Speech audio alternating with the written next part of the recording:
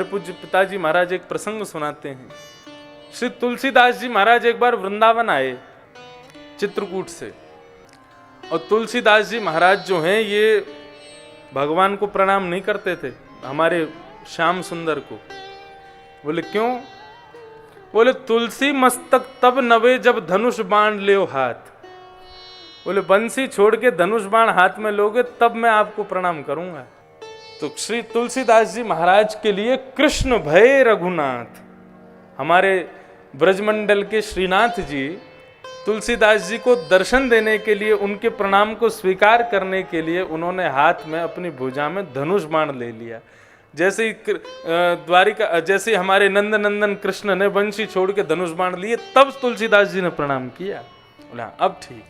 तो ऐसे तुलसीदास जी महाराज, ये कोई इनके मन का भाव नहीं था, केवल आनंद के लिए, विनोद के लिए कृष्ण और राम में भेद करते थे। तो सूरदास आदि इन भक्तों से आकर के कहते थे, पूरे दिन कारी कमरी वाले कोई ध्यान धरते रहो तुम लोग, वह बंसी वाले को, टेढ़ी टांग वाले को ध्यान धरते रहो। अरे जाको खुद को कोई ठिकानो ना है, दूसरे इनके घर में जाके चोरी करे, वाह को ध्यान धरोगे तो तुम चोरी करनी पड़ेगी।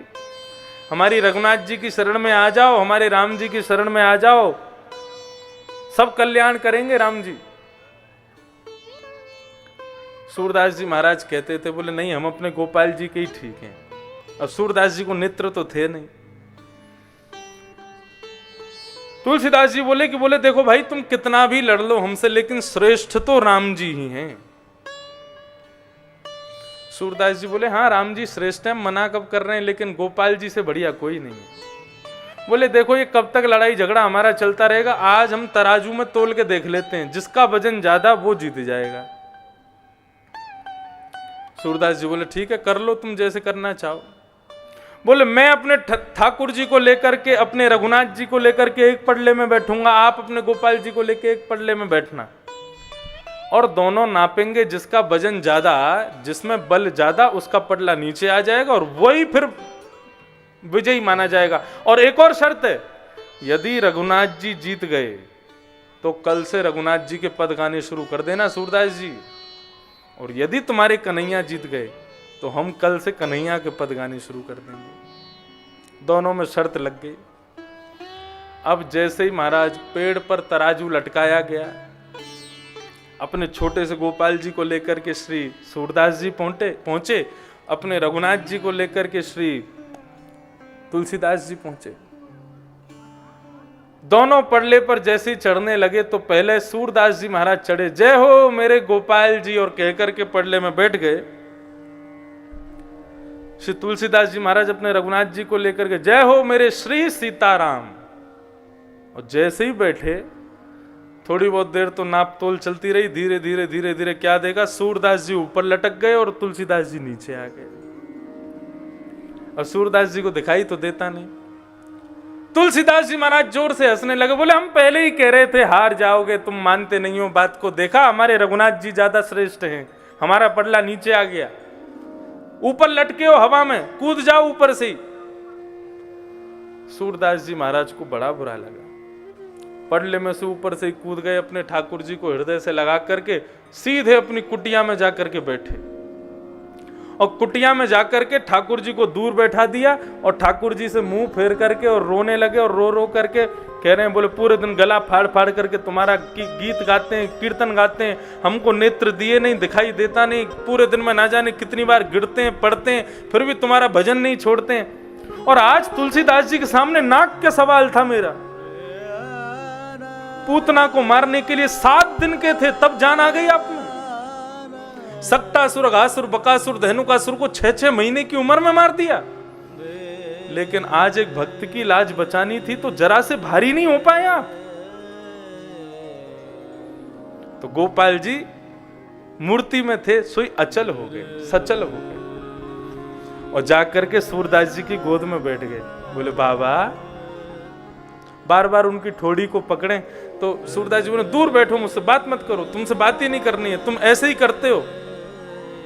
विष लगा करके पूतना आई, वो ज्यादा प्रिय थी आपको, लेकिन हम लोग जो बढ़िया बढ़िया पकवान बना करके पवाते हैं, हमसे प्रेम थोड़ी है आपको। सूरदास जी से ठाकुर जी कहने लगे, मेरी बात तो सुनो एक बार। बोले क्या बात है, बताओ। बोले अच्छा एक बात बताओ, 2 में वजन ज्यादा होता है कि 3 में ज्यादा होता है? बोले 3 में ज्यादा होता है। बोले आप पटले में जब बैठे थे तो क्या बोला, जय हो मेरे श्री गोपाल जी। एक तो 2, और 2 भी नहीं थे भैया, 1.5 थे हम तो गोपाल जी थे छोटे से और आप बड़े। और दूसरे पटले में जब तुलसीदास जी बैठे तो उन्होंने क्या बोला, मेरे जय हो मेरे श्री सीताराम। एक तो तुलसीदास जी खूब हट्टे टगड़े और फिर सीताराम यानी विवाहिता युगल जोड़ी के संग बैठे, 3 लोग बैठे थे।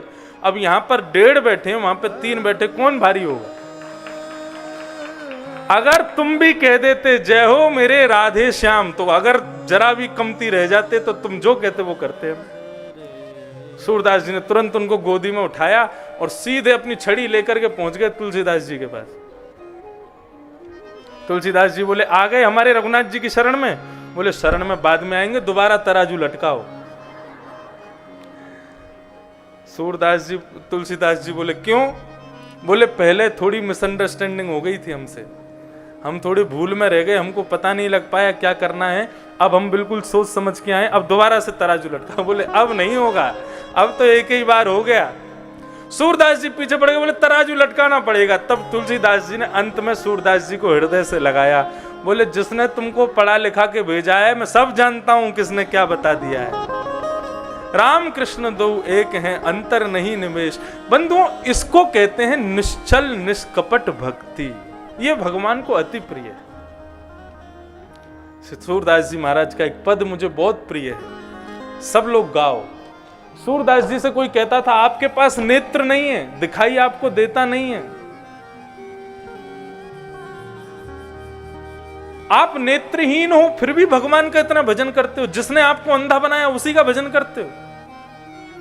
सूरदास जी कहते थे, बोले भगवान ने तुमको नेत्र वाला इसलिए बनाया ताकि तुम संसार देखो, मुझे नेत्रहीन इसलिए बनाया ताकि मैं संसार को ना देखूं, केवल अपने ठाकुर जी को देखूं, इसलिए मुझे नेत्रहीन बनाया। बोले तुम्हारे नेत्र तो संसार को देखने के प्यासे हैं, लेकिन मेरे नेत्र तो ठाकुर जी को देखने के प्यासे हैं, इसलिए मैं नेत्रहीन। और सूरदास जी गाते हैं बहुत सुंदर भाव, मुझे अति प्रिय है, इसलिए सब लोग नेत्र बंद करके श्री सूरदास जी के इस भाव को जरूर गाओ। इन नेत्रों की प्यास कैसे दूर हो? हरि दर्शन की प्यासी अखियां, हरि दर्शन की प्यासी, हरि दर्शन की प्यासी अखियां, हरि दर्शन की प्यासी, हरि दर्शन की प्यासी अखियां, हरि दर्शन के प्यासे, हरि दर्शन की प्यासे अखियां, हरि दर्शन की प्यासे। क्या देखना चाहती है? देखो चाहत कमल नयन को, देखो चाहत कमल नयन को, देखो चाहत कमल नयन को, देखो चाहत कमल नयन को, निस दिन रह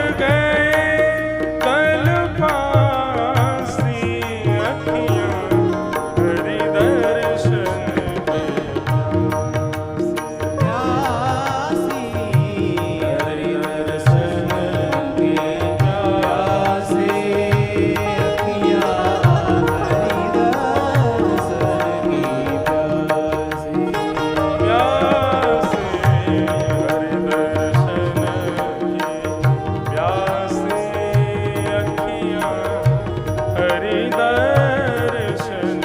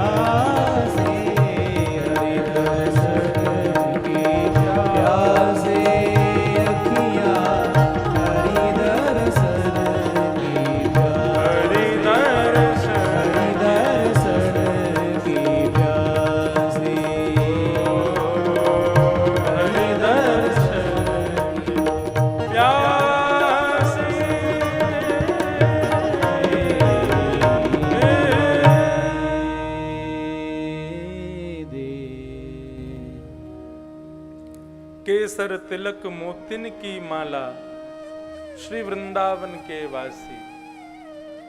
सूरदास प्रभु तुमरे दरस बिन लेहों करवट काशी। यदि इस जन्म में मुझे दर्शन नहीं दिए, आपने ये केसर तिलक लगा के मोतियों की माला पहन के, हे वृंदावन के वासी, यदि इस जन्म मुझे आपके दर्शन नहीं हुए तो लेहों करवट काशी। काशी में जाकर के करवट लेने का मतलब है कि अपने प्राणों का परित्याग कर दूंगा मैं। पहले काशी जाने का मतलब यही होता था। काशी जाने की इच्छा का तात्पर्य प्राचीन काल में यही होता था। क्या? क्योंकि लोग यही कहते थे, जन्म कहीं भी हो लेकिन अंत्येष्टि हमारी कहाँ हो? बनारस में हो, मणिकर्णिका घाट पे। तो काशी जाने का मतलब ही यही होता था। प्राचीन काल में वृद्धावस्था में लोग काशी में ही चले जाते थे और वहीं भजन करते, काशी विश्वनाथ का दर्शन करते करते वहीं प्राण त्याग के वहीं फिर उनकी अंत्येष्टि होती। तो श्री सूरदास जी महाराज का ये भाव, इसको कहते हैं निष्काम भक्ति। भगवान कहते हैं मुझे अति प्रिय है जो प्रत्येक परिस्थिति में मेरा ही भाव का अनुभव करता है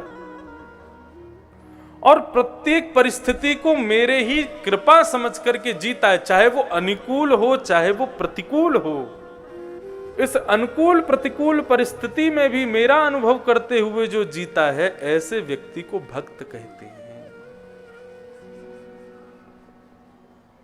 उसको भक्त कहा जाता है। तो भक्ति महारानी के पीछे यदि आप अनुगमन करोगे तो भगवान फिर आपके पीछे अनुगमन करेंगे, जैसे उस भोंदू के पीछे पीछे भगवान चल रहे थे।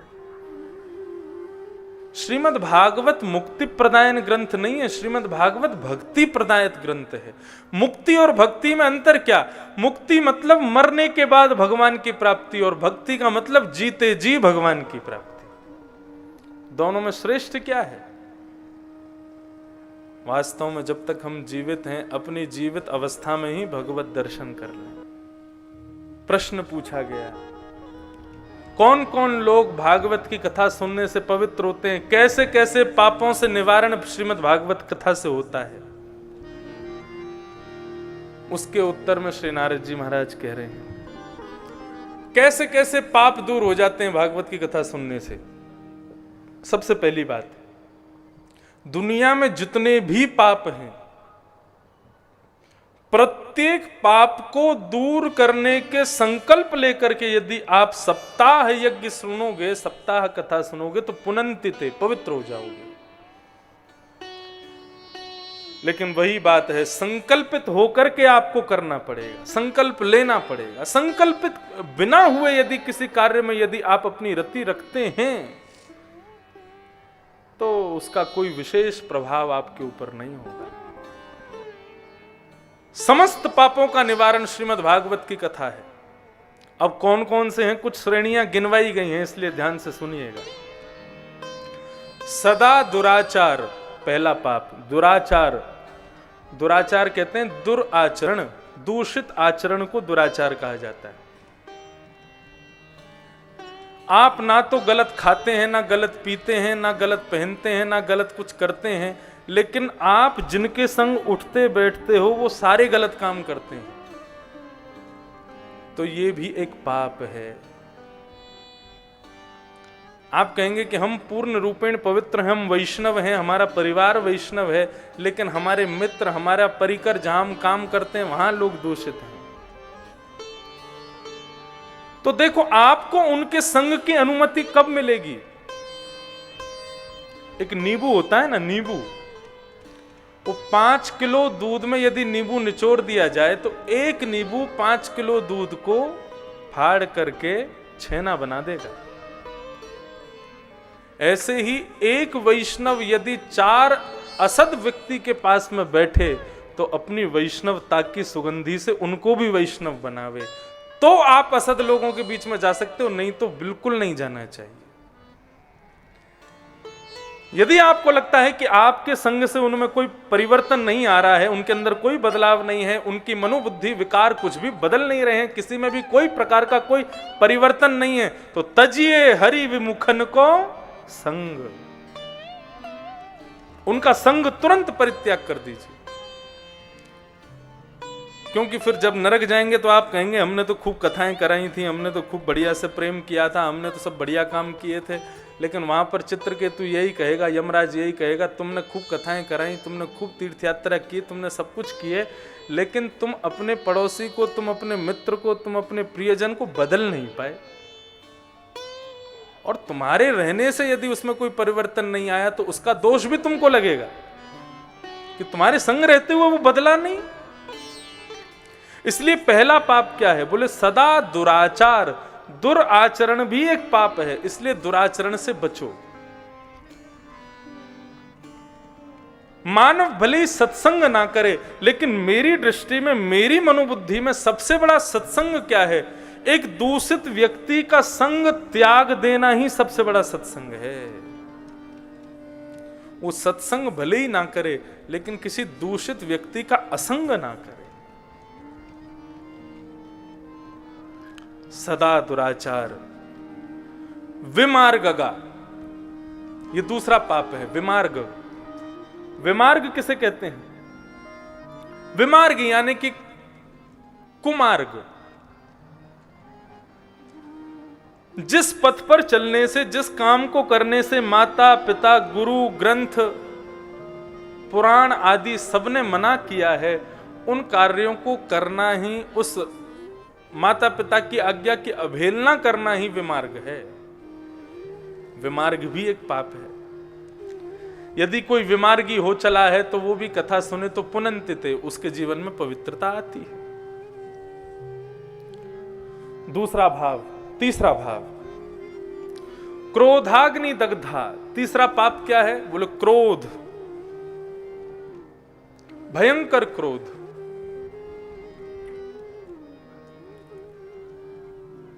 एक बार किसी बात से गुस्सा हुए तो महाराज हो गए, महीनों बीत गए, सालों बीत गए, लेकिन गुस्सा कम होने का नाम नहीं ले रहा है।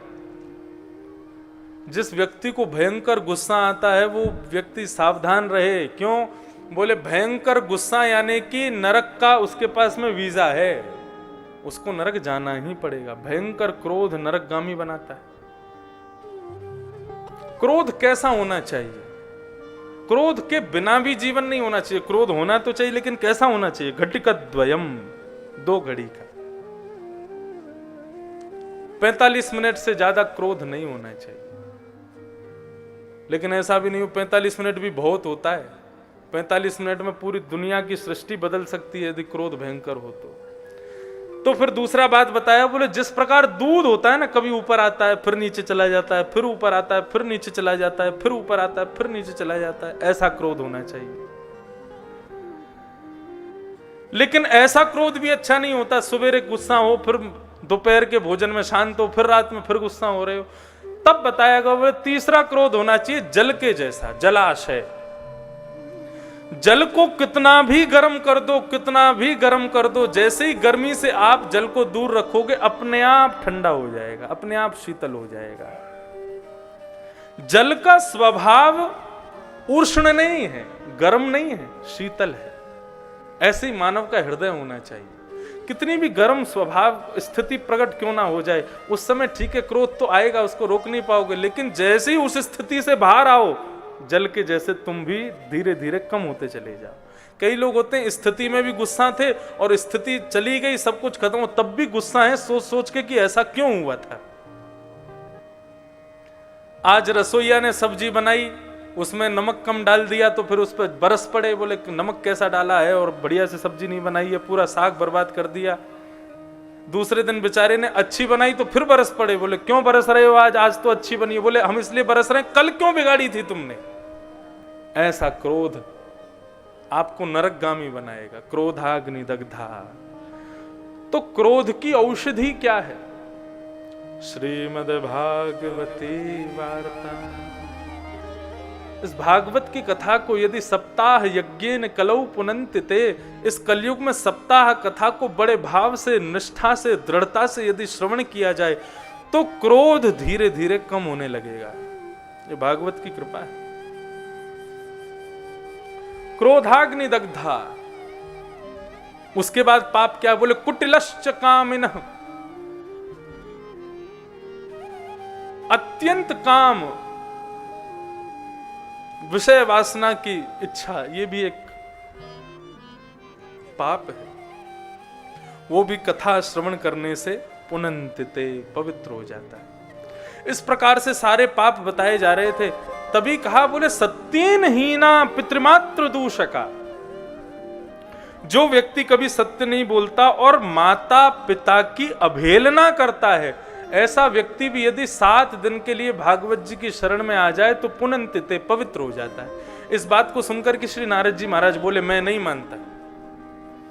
माता पिता की अवहेलना करने वाले को भगवान भी स्वीकार नहीं करते, तो आप कैसे कह सकते हैं कि भगवत सन्निधि से वो पवित्र हो जाता है?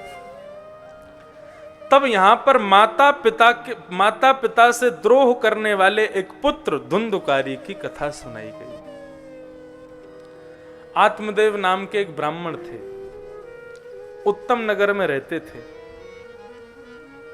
उनकी एक पत्नी थी, उसका नाम था धुंधुली। बहुत विद्वान थे, लेकिन उनके कोई संतान नहीं थी। अब देखो इस कथा को एक अलग ढंग से भी समझते चलिएगा। ये उत्तम नगर कौन सा है? हमारा शरीर ही अति उत्तम नगर है, इससे उत्तम और कुछ नहीं हो सकता। आपको पता है शरीर कितनी कृपा करने के बाद में, कितनी मेहनत, कितने परिश्रम करने के बाद में हमको शरीर मिलता है, मानव शरीर। श्रीमद् भागवत के 11 स्कंद में जहां पर भागवत धर्म का विवेचन भगवान कर रहे हैं, वहां पर बताते हैं कि मानव शरीर कैसे मिलता है। तो तो भगवान कहते हैं कि ये जीवात्मा जो है ये 84 लाख योनियों में भटकती है, कभी छिपकली बनती है, कभी चींटी बनती है, कभी कुकर बनती है, कभी सूकर बनती है, कभी सिंह बनती है, कभी हाथी बनती है, कभी कुछ बनती है। प्रत्येक मृत्यु के बाद जीवात्मा वैकुंठनाथ भगवान के सामने जाकर के हाथ जोड़ करके विनती करता है, प्रभु एक बार अवसर दीजिए, मुझे एक बार अवसर दीजिए, एक बार मानव बना दीजिए। मैं आपका इतना भजन करूंगा, इतनी कथा श्रवण करूंगा, इतने दर्शन करूंगा, इतना परोपकार करूंगा कि दोबारा 84 लाख योनियों में आना नहीं पड़ेगा। भगवान कहते हैं नहीं, अभी तुम इस योनि में जाओ। और जैसे ही भगवान कहते हैं उसके बाद कुछ सुनते भी नहीं है, सीधे भेज देते हैं। अनंत याचनाएं करने के बाद में तब भगवान को दया आती है। तो भगवान कहते हैं अच्छा तो बना दे हम तुमको मानव। बोले बना दो, ठीक है जाओ, तुमको मानव बनाया, लेकिन याद रखना अपने जितने तुमने हमसे वादे किए सब पूरे करने। बोले ठीक है। कल मैंने बताया था भगवान जब मानव शरीर बनाते हैं तो पंच तत्वों को आमंत्रित करते हैं, पृथ्वी जल तेज वायु आकाश, इनको भगवान वैकुंठ बुलाते हैं। और वैकुंठ बुलाकर के भगवान कहते हैं कि हम मानव शरीर बनाने वाले हैं, तुम लोग थोड़ा थोड़ा अपना अंश प्रदान करो। तब ये पंच तत्व अपने अंश देते तो हैं, लेकिन लोन के रूप में देते हैं। ठाकुर जी हम अपने अंश दे तो देंगे, लेकिन बदले में हमको ये जब वापस मिले तो हमको ब्याज सहित वापस चाहिए। बोले ब्याज कैसी चाहिए? तो कहते हैं पृथ्वी जल तेज वायु आकाश ये पंच तत्व अपवित्र हो गए हैं। जब मानव बनाया जाता है तो भगवान कहते हैं इन पंच तत्वों को अपने शरीर के माध्यम से पवित्र करो। कैसे पवित्र करोगे? सत्संग से पवित्र करो, गंगा स्नान से पवित्र करो, यमुना स्नान से पवित्र करो, माघ मेला में जाकर के पवित्र करो, कुंभ में जाकर के पवित्र करो, तीर्थ यात्रा करने से पवित्र करो, नाम जप करके पवित्र करो, कानों से कथा सुनकर के पवित्र करो, नेत्रों से तीर्थों का संतों का दर्शन करके पवित्र करो। निरंतर अपने पंच तत्वों को पवित्र जो करता रहता है, इसका ये पवित्रता क्या है? आप पंच तत्वों का ब्याज लौटा रहे हो वापस। जब मृत्यु होती है व्यक्ति की, और ऐसा व्यक्ति जो खूब कथा रस आदि श्रवण करके जिसकी मृत्यु होती है, उसके पंच तत्व अति प्रसन्न हो जाते हैं। वाह हम तुमसे बहुत प्रसन्न हैं। और जैसे ही पंच तत्व प्रसन्न होते हैं, उस आत्मा को ले जाकर के परमात्मा की गोद में बिठा देते हैं। बोले प्रभु इसने हमारा पूरा लोन चुका दिया, ब्याज सहित चुकाया है। तब भगवान उसको वैकुंठ में विराजमान करते हैं। लेकिन यदि किसी की मृत्यु पर पंच तत्व नाराज हो जाएं, बोले तूने हमको पवित्र नहीं किया, तो ऐसे पंच तत्वों की नाराजगी जब भगवान पर पहुंचती है तो भगवान को उनका ब्याज चुकाना पड़ता है। भगवान कहते हैं तेरी वजह से मुझको ब्याज चुकाना पड़ा, अब तुमको क्या दंड दें हम? बोले क्या दंड दोगे? बोले पहले तो 200 वर्ष तुम नरक में रहो, और फिर वहां से जब तुम जन्म लोगे फिर से 84 लाख योनियों में भटको, तब जाकर के फिर तुम मानव बनोगे। बहुत कठिन है।